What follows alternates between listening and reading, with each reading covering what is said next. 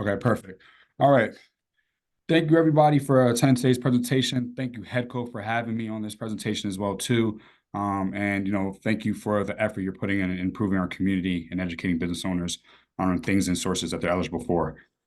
So human capital management. We're going to do an overview of human capital management, the new age HR and payroll.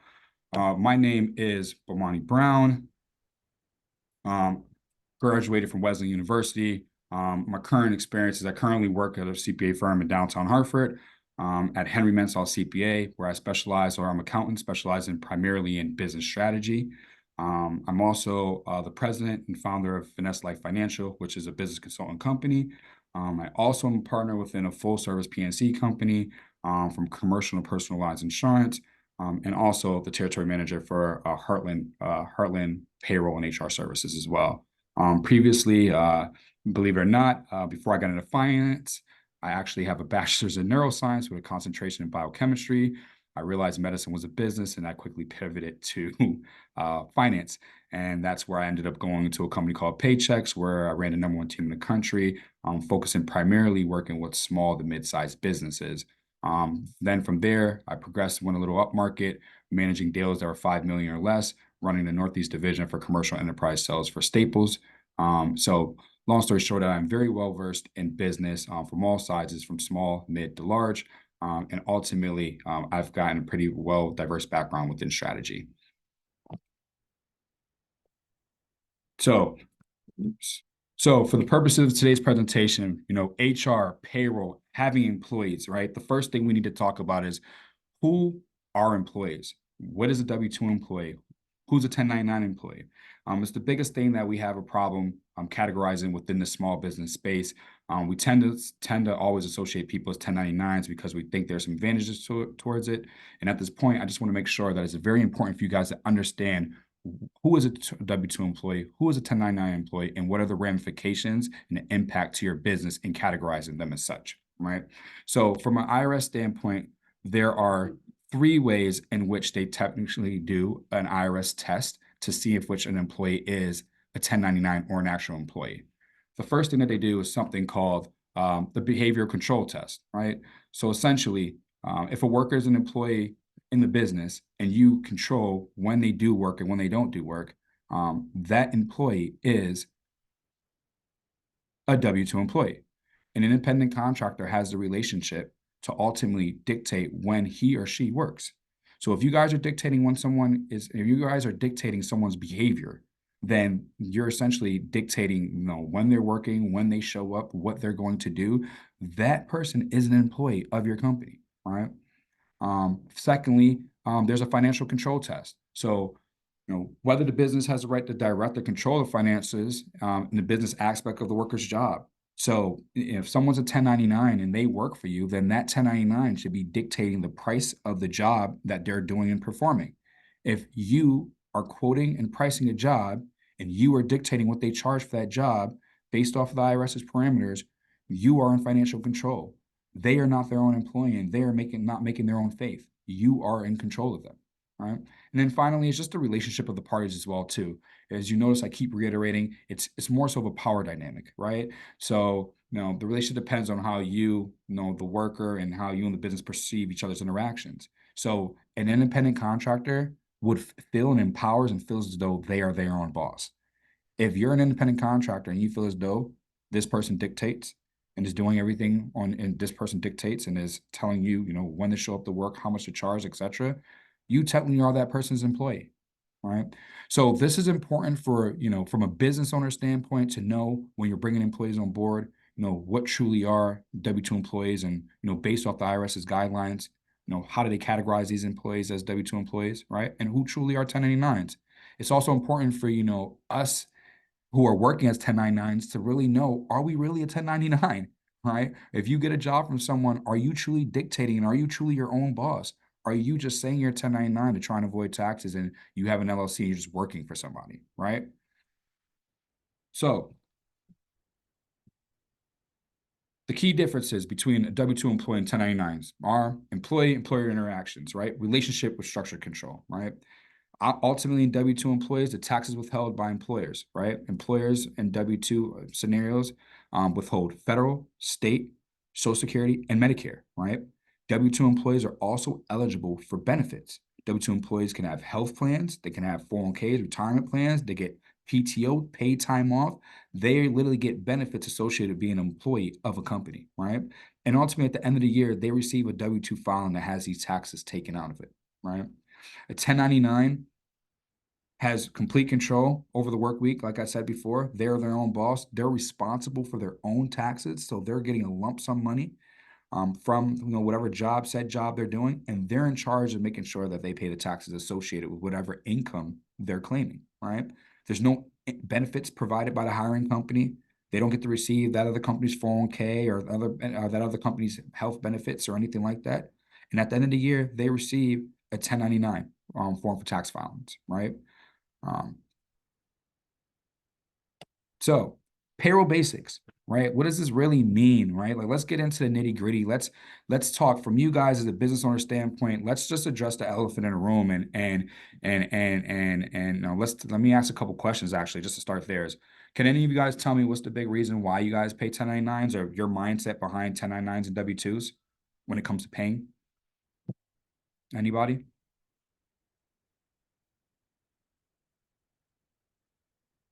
Takers? Well, I'm just gonna, I guess I'll respond for you guys. Is the reality is in a small business space, we have to do what we need to do to be successful, right? It's hard. Reality is we need to generate more income, more revenue, right, to create more profit. But we can't do it all on our own. We need help.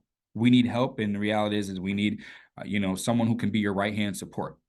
However, it's expensive to have help sometimes, right? And having help requires us paying those taxes that I talked about earlier that's associated with W-2. So most often than not, when we start up hiring our help as just independent contractors. And the reason being is because we just pay them a flat amount, and whatever we say we're going to pay them for the job, that's all the ramifications we have to deal with, right? So as a 1099 contractor, the general rule is, if you pay someone, if someone's getting $1,000 check, or you say the quote is $1,000 and that's what you're going to pay them, they're coming home with $1,000, right? So the only thing is, though, is from a business expense standpoint, that 1099 is not a true business expense. So what's happened within our communities as well, too, is because of the misclassification of companies who actually do have W-2 employees and we're paying them out as 1099, we're not properly able to write off those 1099 expenses, which more so is the reason as to why it's so important to be clear in terms of which type of employees you really have. If you're paying, you have W-2 employees, there's some advantages of those as well, too, from a tax perspective, right? 1099, whatever you put out there, if they get a $1,000 gross check, their net check's $1,000. That and 1099 is responsible for everything associated with them, and it's not a business expense for you guys. So let's talk about the elephant in the room in terms of this is the reason why you guys why primarily we start off as 1099 employers, right? And why we don't pay people's W-2s. And it's because you don't want to deal with the ramifications of what you see on the screen right here, right? On the left-hand side, you'll see employer paid taxes, and on the right-hand side, you'll see employee paid taxes.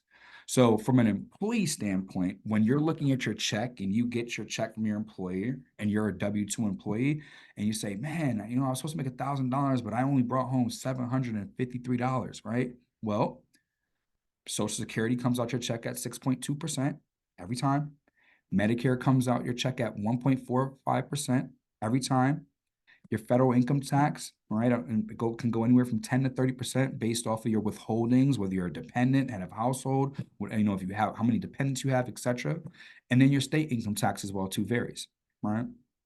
Now, all those taxes, that federal and that state income tax, those are taxes, and that Social Security, that Medicare, those are taxes that are all being withheld out your check, right? That's why those are called withholding taxes.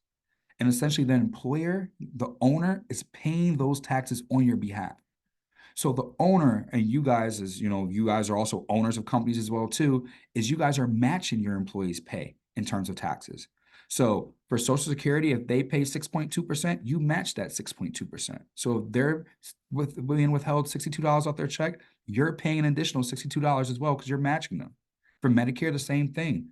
If they have $14.50 withheld off their check, then you are matching that $14.50 as well, right? The only thing that you don't match on is the federal and the state. because federal and state those are personal derivatives, right? But as an owner, you do pay federal unemployment. So you pay into a federal unemployment fund, right? And then you also pay into your state unemployment fund. Now, keep in mind, those are two big taxes that are important for you guys to know about, because those are taxes in which you can manipulate. Your state unemployment tax is actually something that is actually associated based off of how many claims you have against you. So ultimately, if you have employers that are employees that make claims or get laid off and they go get unemployment, your tax goes up from a state level and you're paying more into that unemployment fund, right? If you have minimum claims and minimum people claiming being laid off or getting assistance, coming from your business, then your state unemployment tax level goes down, right? And the federal unemployment tax is just a strict derivative of credit that we get from the federal government.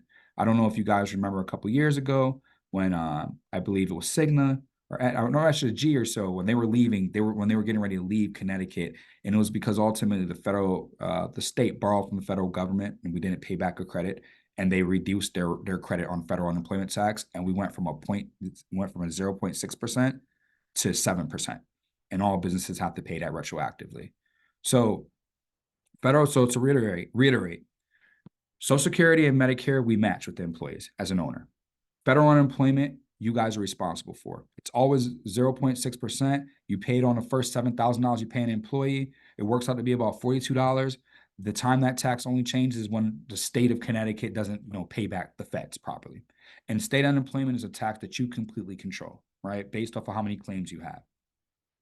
Long story short, behind me going through all these things as well too, is can we agree that this sounds kind of complex, right?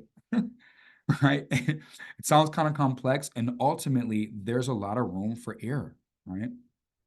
So should you outsource your payroll? Well, I mean, based off of what I just said on my previous slide, would any of you agree that seems a little complex? There's a room for error in those calculations? Yeah. So ultimately, the reality is payroll companies handle all those taxes on your guys' behalf. On top of handling all those taxes on your behalf, they also take responsibility to know and ensure that those taxes are filed on a proper time frame and manner in which they need to be, right? So let's be honest, you guys are consumed with driving revenue, making money, running your business, doing what you need to do. The reality is all these things behind the scene, these non-revenue generating activities, they have to happen, but they're burdensome. And the reality is when you don't perform them, you're the ones that get penalized for it, right? Wouldn't life be just easier if you could just focus on making money and doing what you're good at and what you're specialized at? So yes, 100%. Should you outsource payroll? Those are questions for yourself. But I mean, I think it's kind of self-implied that, your time could be more, better utilized focusing on driving money for your company, right? So, and then also the final things on the last bullet point on this slide is something to pay attention to is wage garnishments, retirement contribution, health insurance premiums, all those things that need to be paid as you progress and expand on your company, all have criteria and regulations behind them. So if you hire someone that has child support and that person has a court mandated order and you guys don't comply with that order, and you're not ensuring that employee that you have that's working for you is paying that court mandated child support, at the end of the year, if there's anything due, you, the owners, are responsible. Not the person who owed the child support, you are.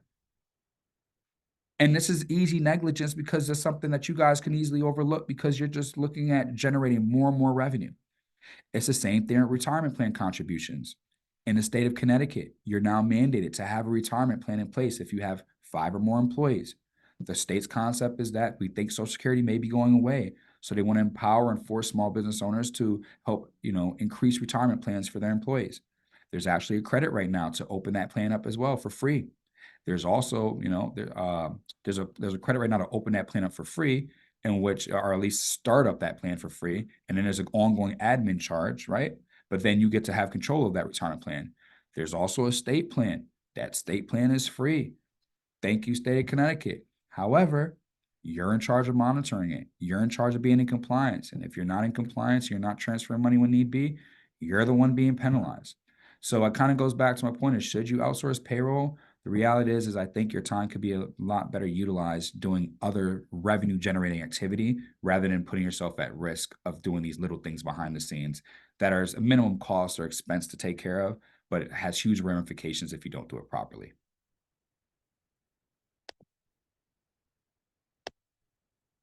So, record keeping.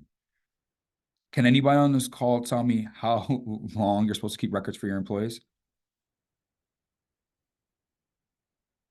Tony, you're on my screen. When I answer, what do you think in having employees?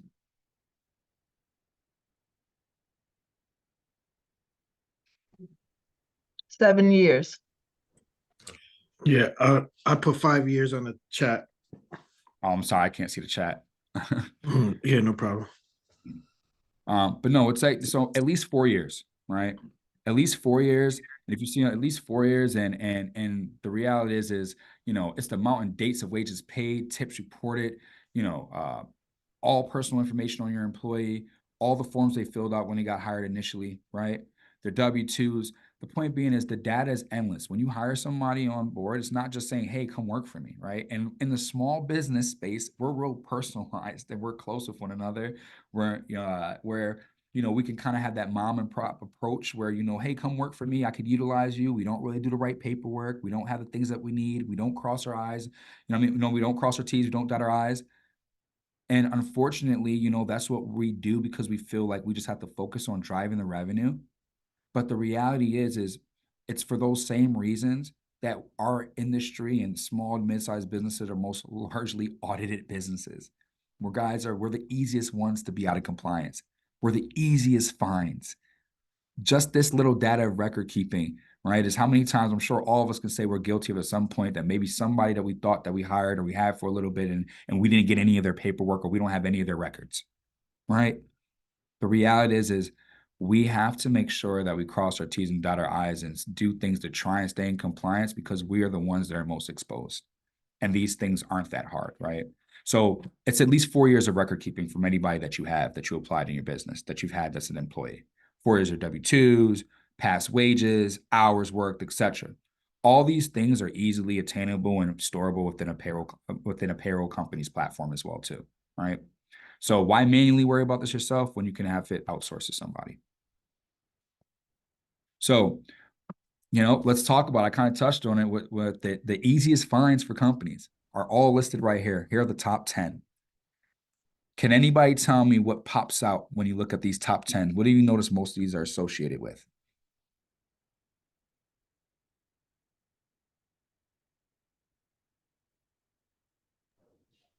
Taxes, OSHA,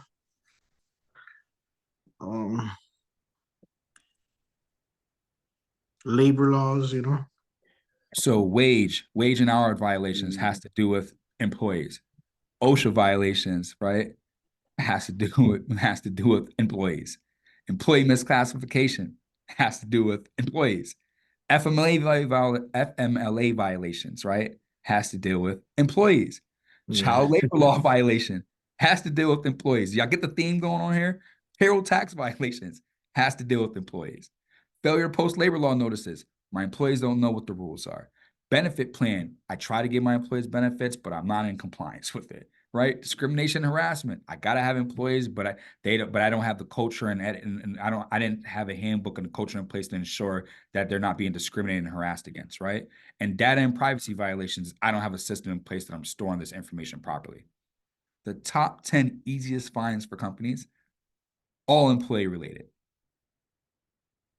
And the people who are usually misclassifying and not having all their employee information is us, the small to mid-sized businesses.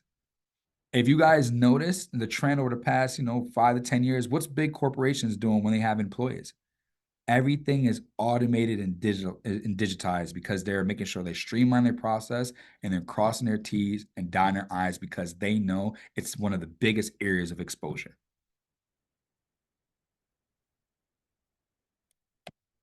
So, brings me to my next point. This is the emerging market, right? In the past, our misconception, like someone tell me, when you think HR, what's the first thing that comes to mind? Someone else other than Tony, since Tony spoke.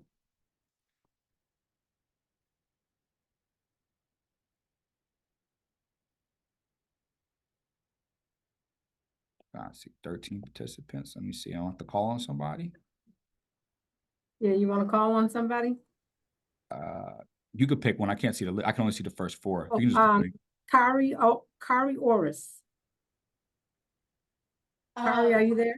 I am here. Hey, Kari. Happy Tuesday.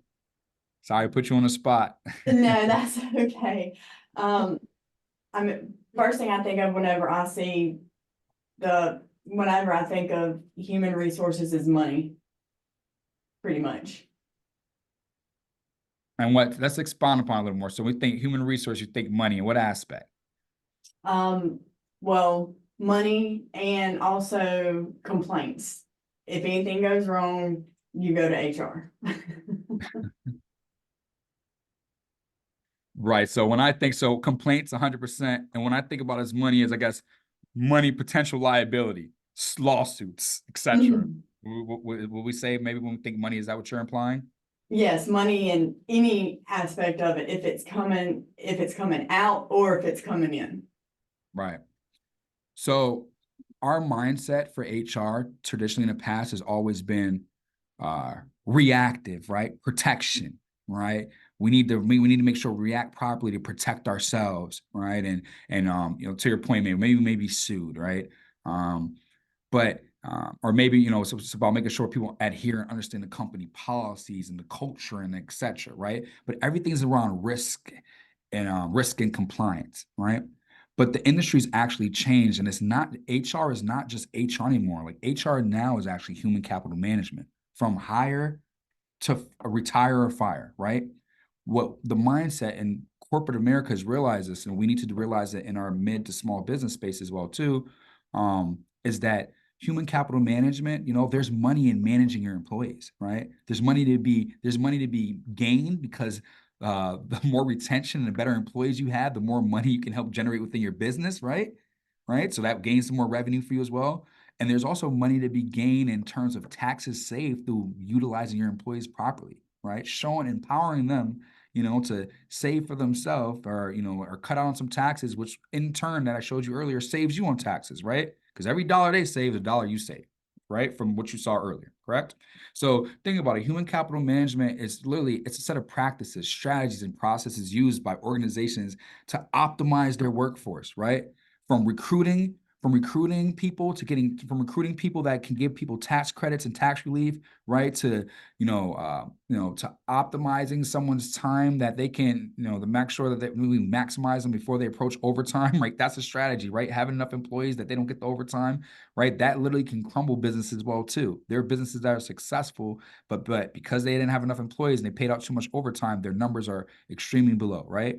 So the point being is, paying attention to your employees is also strategy within your business now. And it's a big eye opener considering everything that's going on. And I know all of us are tax conscious right now, right? So let's talk about that. Hire to fire, right? So look on the screen right now, right? Recruiting and applicant tracking. So right now, currently, can anybody tell me how you guys are finding talent or recruiting talent? Right now, so we are a insurance agency, and it's pretty much word of mouth is the way that we find people, and it's tough. It's tough. It is. So word of mouth, so you're depending on your outreach, right?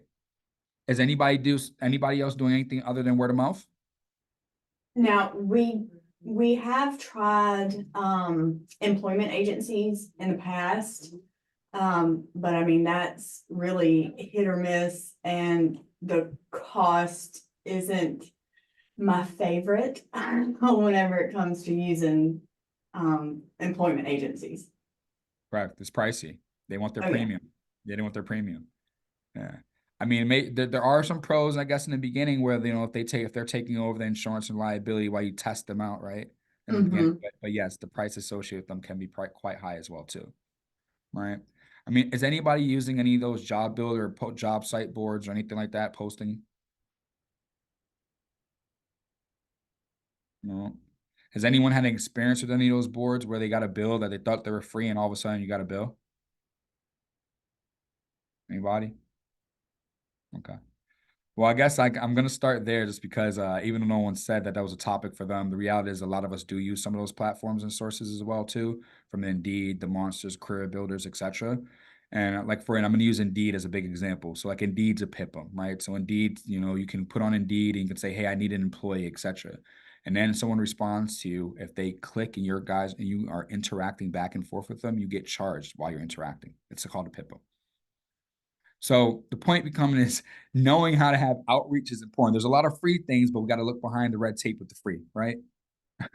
Word of mouth is free, but at the same time, you're limited with your exposure on in terms of what your outreach is. So, I mean, finding a healthy balance between the two is important, right? And that also is a part of HR, right?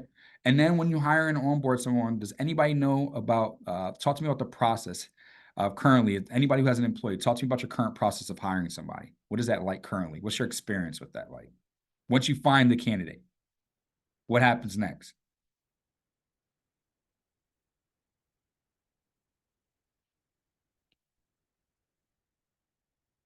So I want to pick another person for me.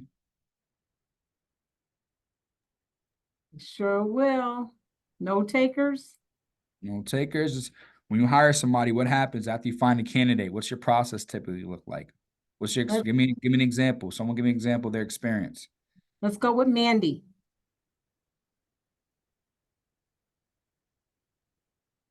Mandy, are you still there?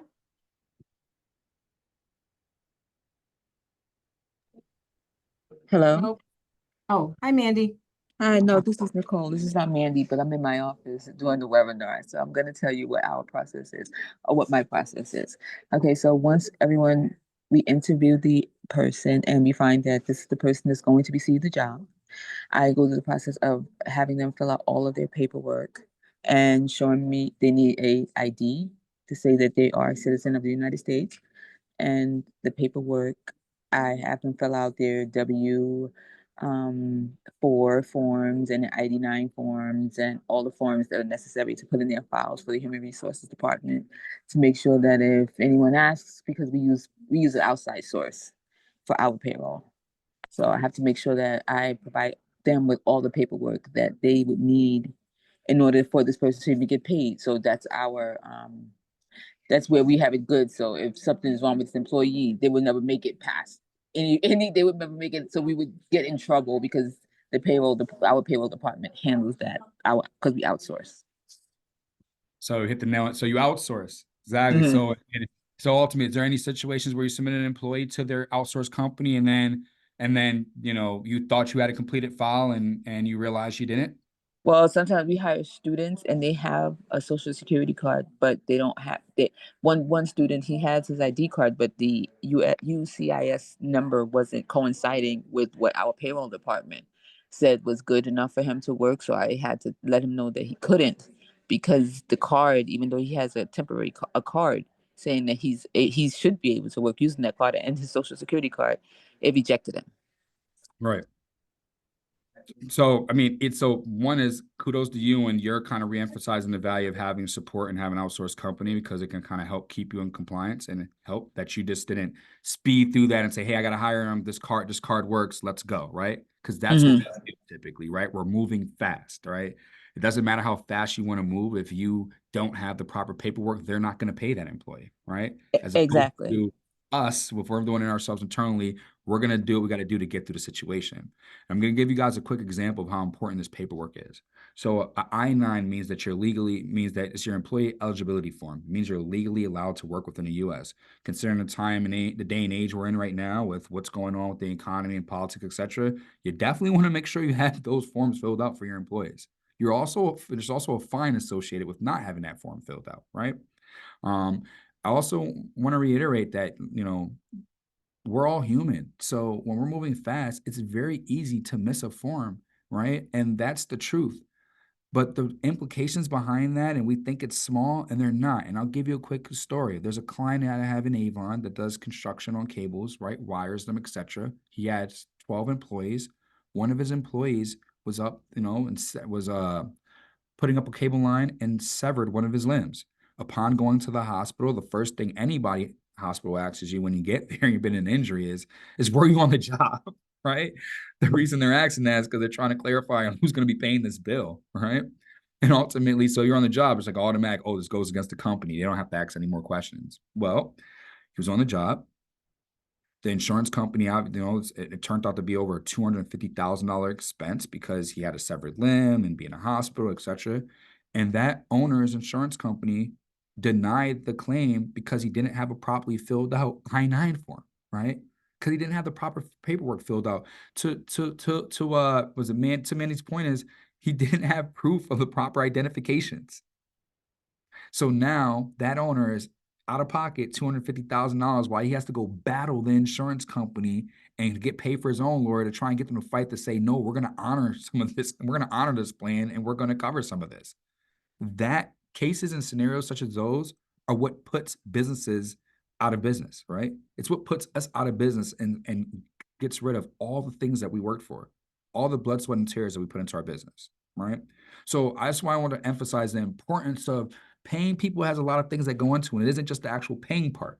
It's the finding of them. It's the hiring of them. It's the filling out of the paperwork. And then the next part is, getting the benefits, the health benefits, if there are any, the company culture, ensuring that they know your culture. And then we get to the time and attendance and the actual tracking of people. Now, let me ask you this. How many people have people out in the field? How many people have employees that work remote or anything like that, that don't work tandem right next to them? Anybody here? Or does anybody have employees that you just, give them straight eight hours, you don't clock in, clock out, anything like that? You just give them benefit of the doubt that they work 8 hours for a day. Are any of us here guilty of doing that? Yes. Well, our employees, they slacken in the morning, but we give them a bit of a doubt that since they're out in the field, that they are where they say they are and they're doing what they're supposed to be doing. So I'm going to give you a little example, and we're all human. So, we also have compassion. There's always things that happen, right? But I had a dentist last week. This dentist has 20 employees, right? And for the purpose of this, I'm just going to say that the average pay of his employees are $20, okay? In the morning, he has a 7-minute buffer, and in the afternoon, he has a 7-minute buffer. So which means that if his employees are, they come in late, they'll still be on time if they're within 7 minutes. And even if they left a little early, they still would get a full hour's workday, right? So 7 minutes in the morning, 7 minutes in the afternoon, that's 14. Let's just say 15 minutes, okay? Now, can we all agree on this call that people probably take 15 minutes of their own personal time on the workday? Whichever, whether it be in 5 minutes or whatever, can we all agree here that we find ways to take a break? It's 15 minutes unreasonable throughout the workday to say that people found 15 minutes on the company time to take a break? Not at all. Not at all, I would right? say more than 15. So let's just be conservative, right? So let's be conservative. So let's say 15 minutes, right? That's their own time they're taking on company time, right? Plus the 15 minutes, plus the 15 minutes that they're taking, that the doctor's giving to them, 7 in the morning, 7 in the afternoon, right? They make $20 an hour. That's essentially a half an hour. So that's $10, right? Now, if you got 20 people working for you and you're giving $10 away every day, right? There's 20 times 10. We're doing the math. It's $200, right? $200 if you work a 5-day work week. That's $1,000, right? 52 weeks in a year. What's that? Put it out there. What's that pain point? Somebody. Make sure you're following along with me. How much money is that person blowing? A year. 52,000. $52,000. Now, if I told you I could find $52,000 to cut you check tomorrow, who's going to take it? I know I am. I am too. All right. So that's the purpose and the point of time and attendance. In small to mid-time space, we shy away from it because we're typically afraid and we think it's us micromanaging. We also tend to just give people flat salary amounts because we say, hey, this is straight 40 what we're giving you. So there's ways and strategies that we can go about doing that without we're imposing regulations on them. We can say it's for trying to, attract time off for you or attract PTO, right? But the reality is the main point as an owner standpoint is because you need to know the hours that are work for you because every dollar matters. And just in that little example I gave you, that was $52,000 that person lost. Literally. Just from 7 and 7, right? So after we get the time of our employees, after we get it, we put it into our payroll platform. After we put it into our payroll platform, or we report the hours, we're in the physical process of paying our employees. And then our employees are given money either via check, direct deposit, etc. Right. And then at the end of it is, if they're retiring, we got money going to retirement plan, and then when they leave the company, we're going to help them exit the company. My point being is all those things go into an employee life cycle. And doesn't that sound a lot more complicated than just payroll when you think about dealing with your employees? We agree? So now that I talked about, the employee life cycle from hire to fire, and we talked about, categorizing employees properly. I want to talk to you about the credits associated with having employees, right? Like I want to empower you guys to know and not shy away from having W-2 employees and know some of the perks that's out there for having these employees. All right. So the first thing is the work opportunity tax credit. All right. This is a credit that's a minimum of $2,400, a maximum of $9,600 per employee, and they only have to work 140 hours for the year to start to qualify for this. So let me reiterate. This can be even during the times where you guys pick up some seasonal help, part-time help. You need, as small businesses, we don't also need all the labor all the time, but sometimes we do need help. And this credit was brought around for us to empower us to be able to recoup some of the money it takes to bring somebody on board or even to hire somebody and the money it takes to train somebody. We all know one of the biggest pains any business can have, especially in this small to mid space, is putting their blood, sweat, and tears and their time and effort into an employee that doesn't work out. Because the one thing we don't get back is time. On top of the fact is it also pains us that we paid them. So this credit is made as a way to kind of recoup some of that money and ensure that you have a solid employee. 140 hours. After that, if you find out, hour 600 that this person was bad, I mean, I feel like you could have seen the telltale signs, within that 140. But anyway, so think about who's empowered here, right? Veterans, this tax credit's for veterans, temporary needs assisted family recipients, people who are receiving food stamps, right? Ex-felons, people from designated community residents, so empowerment zones like i.e. Hartford, right? People who have been long-term unemployment recipients, summer youth employees, all these people are eligible in some capacity for this tax credit. Yet the only person that's taking advantage of it is the Walmarts, the Walgreens of the world, right? What's the first thing they do when you go apply to one of those jobs, right? They put you to the kiosk, say, hey, go apply to our kiosk. And what they're doing is they're using technology and automation to screen you for this credit before they hire you. And they know if this credit exists before they even hire you. If you qualify for it, they know whether you qualify for it or not before they hire you, right? And the thing about this isn't something that we got to go to our accountant with because it's too late. I'm in a CPA firm. We can't do anything when you bring it to us. The reality is you got to apply for this within the first 60 days of hire, or you lose it. You either use it or lose it. It's that simple. All right. So the next credit that's big out here for having employees is called the Secure Act 2.0. As we all know, Social Security is a big topic right now, going away, etc. Retirement plans, financial security is huge and important. And there's a federal credit right now to empower our small business owners to actually start and fund their own retirement plan. And let me clear up some misconceptions as well too. You can have a 401k and not match. But by having a 401k, you're empowering and giving your employees the ability to save money and contribute towards a retirement plan. You matching is just an extra added caveat, but you can still have this plan in place. Keep in mind, don't forget what we spoke about earlier is that every dollar that your employee makes, you guys are paying on. So if they're putting money away pre-tax, that means that you're what? Saving money, right? So there's a credit to empower your employees to save and giving you the ability to save as well too.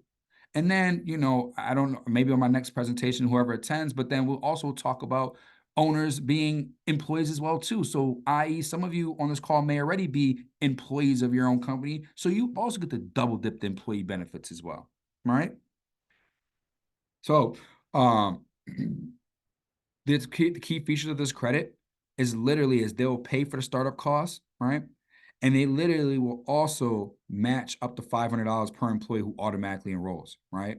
So this credit is it's a $500 credit per employee for up to 3 years, right? As well.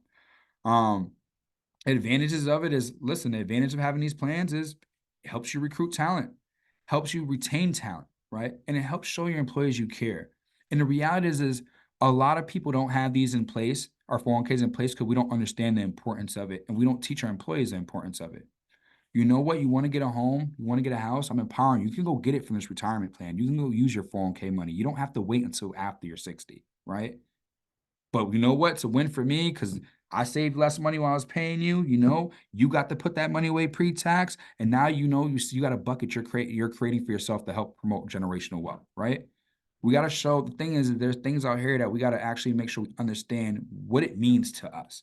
And for you guys as owners as well too, there's a lot of opportunity in this right here for you, all right? Especially not going to go on politics, but what's going on within the market and whatnot as well too. This is the year to be investing as well, all right?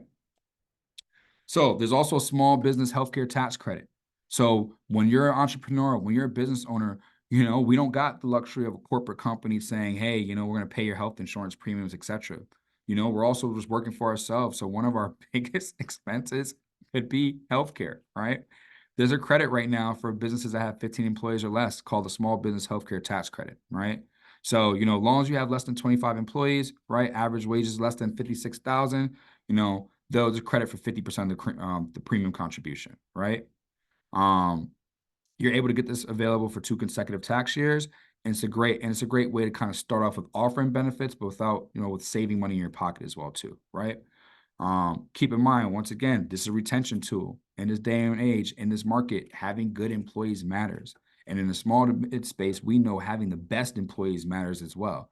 And we may not be able to financially match salary for salary, pound for pound with corporate, but you guys can, if you guys take the effort and time to incorporate some of these other benefits that you can give your employees and teach them what the benefits are to them, then you can actually compete with those in corporate America as well, right?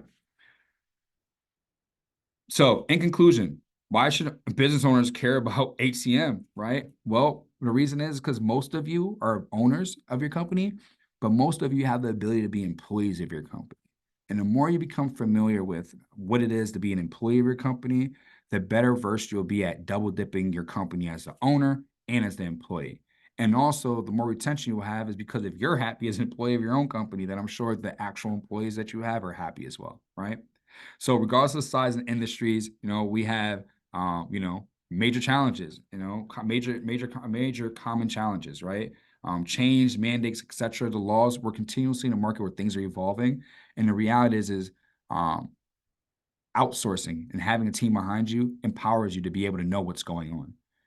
We have our head in the mud. We're trying to make money.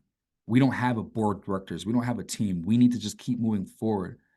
And sometimes it's not because we don't care, but it's just, you know, we're overwhelmed that we'll miss out on things, policies, procedures, rule changes, etc. And the reality is Big Brother doesn't care. They're going to find you, right? So you need to put strategies and things in place that can help reinforce you and make sure you're on the right path, right? And that's why people outsource HCM, right? Employee retention is one of the top 3 contributing successful factors to top business. As you guys know, I already said it. You know, having strong employees is important. And you know, it's gone from being a necessity that now this is a tax strategy, right? So in conclusion, HCM is a necessity. This is no longer a luxury. You guys here are not only owners, but most of you, especially if you're progressing, your business is making more money, then all of you are ultimately at some point going to be employees of your own company. And the more you realize the benefits and learn how to manipulate you and the owner-employee relationships, the more successful your business will be overall. It's not just about driving the revenue, but it's about taking time sometimes to look at this process right there from hire to fire.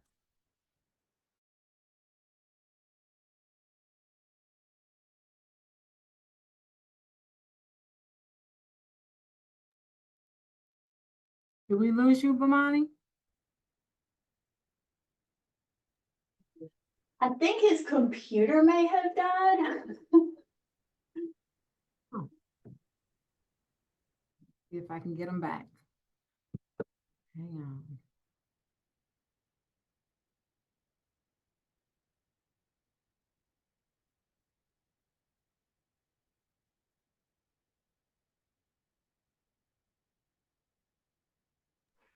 Yeah, I did notice that he had the low battery sign. So we Very, probably very astute. And it looks like he's logged on twice. Um, okay. Let me add him back in. will this be shared with us?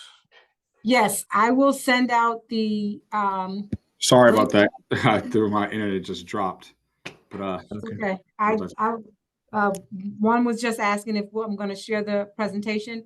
I will share this with you in its entirety. So everything he talked about, you'll get exactly what you just experienced today. As soon as I get it edited, usually it takes 2 to 3 days, so no later than Friday or Monday or so, you should have a copy of this. And it's also gonna be out on Headco's YouTube. You can go out to our website, our YouTube channel. It's gonna be out there as well. Okay, thank you. You're welcome. Any other questions? Well, Monty, I don't know if you were finished. You kind of dropped it. no. That was conclusion. So I just Okay. reiterating is I guess would have just opened it up. Does anybody had any questions or anything that I can provide some more clarity on? Well, I have a question. I don't know if you discussed timekeeping, right? Mhm. So if you are a company that has a academic calendar versus a regular yearly calendar, the academic calendar starts in July, so it's July through June, Mhm. right? Mhm. But everybody, the year goes on the regular calendar, which is January through December. Should you basically, if you have employees that you work under academic calendar, should you definitely follow the academic days when they have to accrue, or should you follow the regular calendar, which is January? Um, it honestly matters on that's so those are all internal company policies and how you choose. You do what you see fit. Like a lot of companies, like when you say academic calendar year, that's almost the business fiscal year as well too. Like the stock when they report on the stock exchange, etc. They actually coincide with that. Okay. So it's really company preference. Because think about it. Just think about from this concept is there are people who start employment mid-year, right? Right. Mm-hmm. So it's kind of the same thing. So it's what's your policy when someone starts, right? And and what's your and how much time do they accrue as they work for the company? And which day do you guys count as your reset day? That's determined by you guys. So whether it be January or if you say, hey, we reset, on this date. And like I said, is bigger corporations sometimes do it within mid-year because they do it as they report as they report to the stock market. So Oh, okay. Because I thought the same thing. I Mhm. I want to do our restart, which is July. Right. I depend on that. Okay. I just wanted to make sure since I have you on. Yeah, listen, all I said is all it is cross your T's, dot your I's, just make sure you're clear and defined, just documenting. And as long as you have a procedure in place and this acknowledged, then you have some protection. Oh, As long as okay. you have, something's better than nothing. All right. Thank you. You're welcome.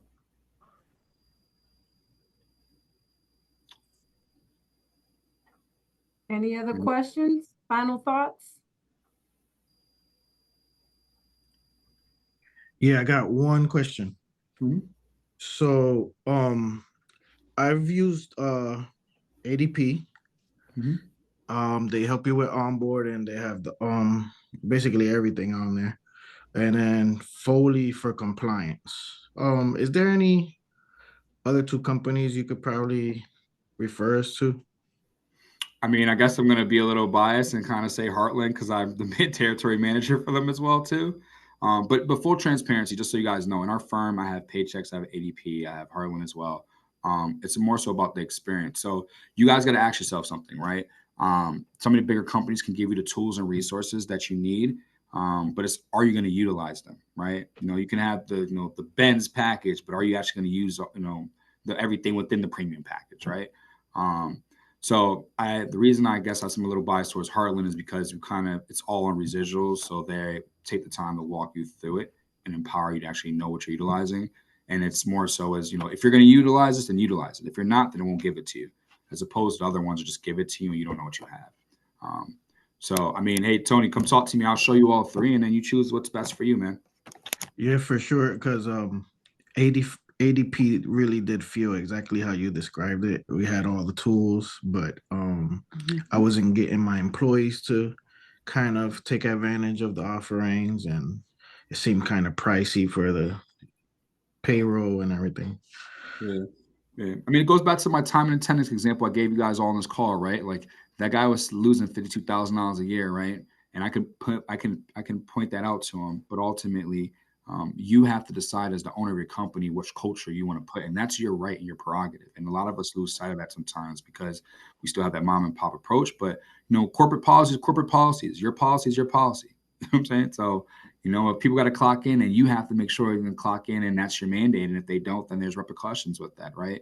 And we tend to be afraid in our space sometimes to create certain policies because we have that intimate feel with our employees. Thank you. Appreciate that, your answer. Could you please reach out to me through the email? Yep, I'll get your information, no problem. Thank you.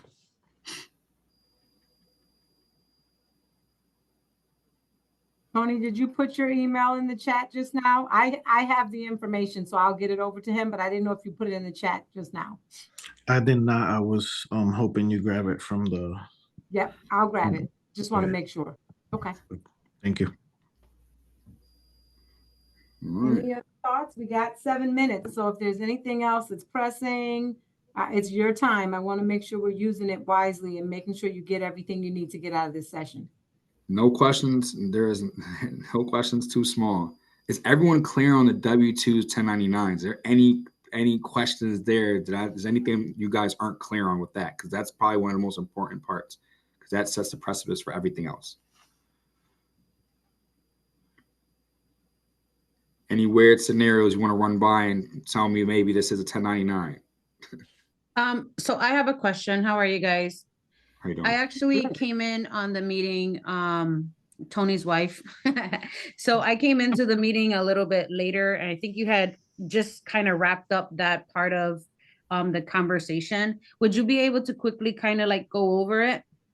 At least the 1099 part, because a lot of the work that I do have, I sub out as well. Mhm. And so I know that I have obviously the documentation that needs to take place. But it's almost like finalizing everything come tax season, right? Like the timing, how to actually track it all and that good stuff. So if the IRS was to come in and audit you, three things that the three primary things they're gonna look at first initially is behavior control, financial control, and relationship to the other parties, right? So behavior control just meaning as though who's performing work, who's directing when work's getting done, right? Are you telling that when they got to work, when they got to show up, when they got to leave, when they got to get this job done, right? Or are they just simply they have a job and they got to get it done, right? If there's so whoever's in control is the boss essentially, right? From that part. And then financial control, right? So whoever's in charge of dictating the price as well too, right?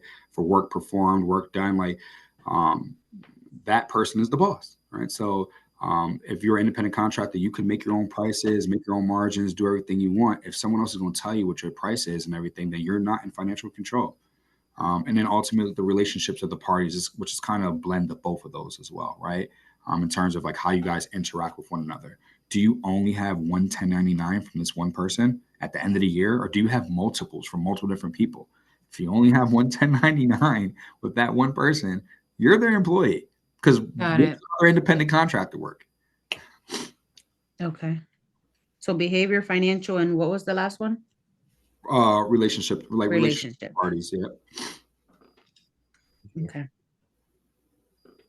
Thank you, guys. Welcome.